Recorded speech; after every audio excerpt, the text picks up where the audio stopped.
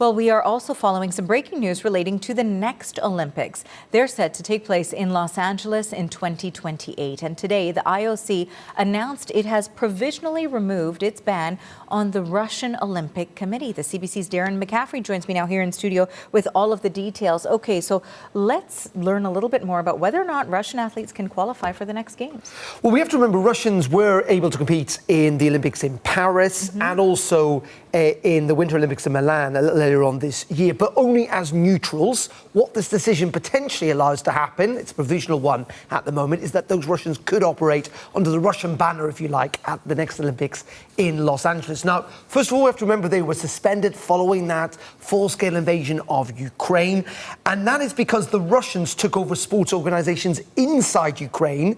They had now removed those groups inside Ukraine, and that is why I think the IOC have felt the possibility of removing this ban today. So it means that essentially they will be able potentially to operate in LA in a couple of years' time.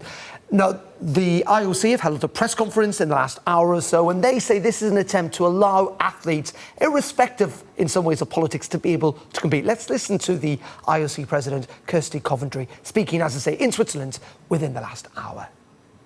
We wanted to ensure all athletes have the possibility to compete at the Olympic Games and not be held responsible for their government's actions. And I believe that this is what this decision speaks to. It allows for Russian athletes to take part in sport competitions, but we've also been very clear that we do not condone any violence and war around the world.